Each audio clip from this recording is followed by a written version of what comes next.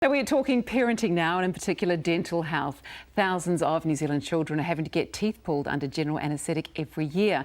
Joining me today on And Mum Paedia Pro 3 Coffee Group, specialist paediatric dentist Katie Bach, and from the parenting place, Joy Sluiters. Good morning. Good morning, Mel. Lovely to have you both here. Katie, let's start with you. What are the biggest problems you see with kids' teeth?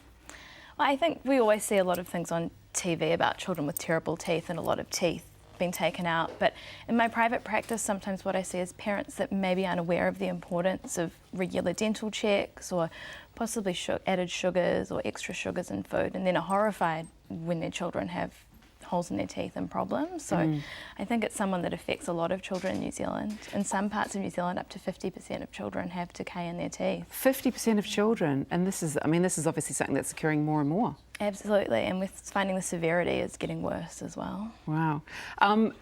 Joy, where are we going wrong, do you think? I think with education, really. Children are just growing up with free access to snacks and food, and there's a lot of hidden sugar in food and drink. People may think that giving juice is a healthy option as opposed to fizz, but there's so much sugar in juice.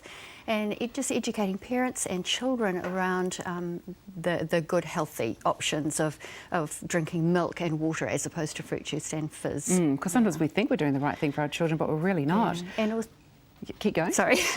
And also educating them around dental practice, cleaning their teeth twice a day, establishing those routines early with little toddlers so that they just have this routine in place and they'll always brush their teeth twice a day. Katie, what do you think parents need to know about the impact of added sugar on children's teeth?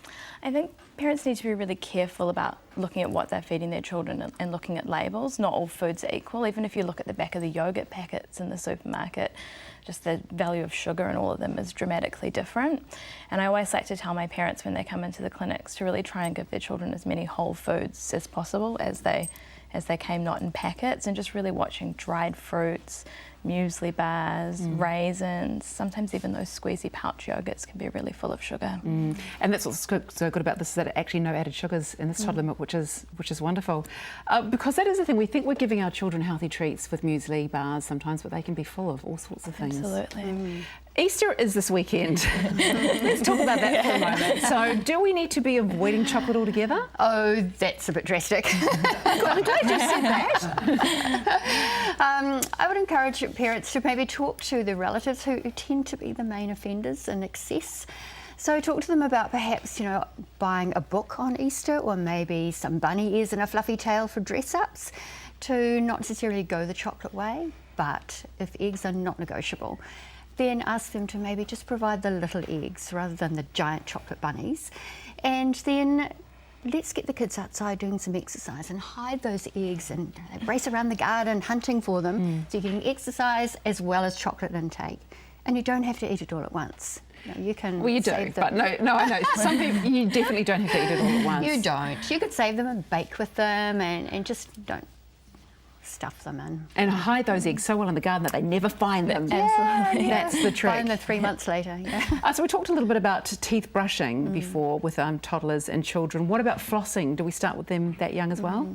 I think as soon as the children's teeth start to look like they're getting closer together, then they need to get the flossing happening. And as parents, we need to do the flossing until they're probably confident about 7, would you say? 7, yeah. Yeah, but definitely as soon as they're moving in close, then the floss needs to be happening. Again, establishing great practices with dental hygiene. You want to start that young, because I know, Katie, as a parent too, you can often feel extremely guilty when your child needs to have a filling. Absolutely, and that's why we want to get kids in as early as possible, take them for regular checkups and just make sure they're getting in there and seeing a dentist and getting advice. What about thumb sucking and dummies and things? How do they have an effect? Because you hear all sorts of stories about those on toddlers' teeth. I get some very stressed parents coming in to see us about, everyone's got an opinion on dummies and thumb suckings for parents.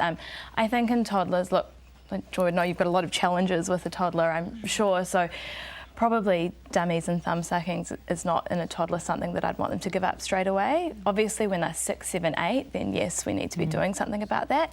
But often I find once they go to kindy or school with sort of, their peer groups and their then they seem to stop. And how often should we be doing those checks, those dental checks? We like to see children really every 6 months. Things can be changing in children, their diets, their habits, their behaviours. Great advice. Thank you both so much for coming in and for joining us on the coffee group. Now, it's brought to you by Anmum Paediatric Pro 3, the only toddler milk with no added sugars. Now, if you have any worries that you'd like addressed by our parenting panel, message us on the Cafe Facebook page. One contributor will win this very cool ebook from Anmum that allows you to record your voice reading the story. Mike, here's a special bedtime story from me, just for you. I read that for Mike and he's not sick of it at all. Congratulations to this week's winner, Julie Ross.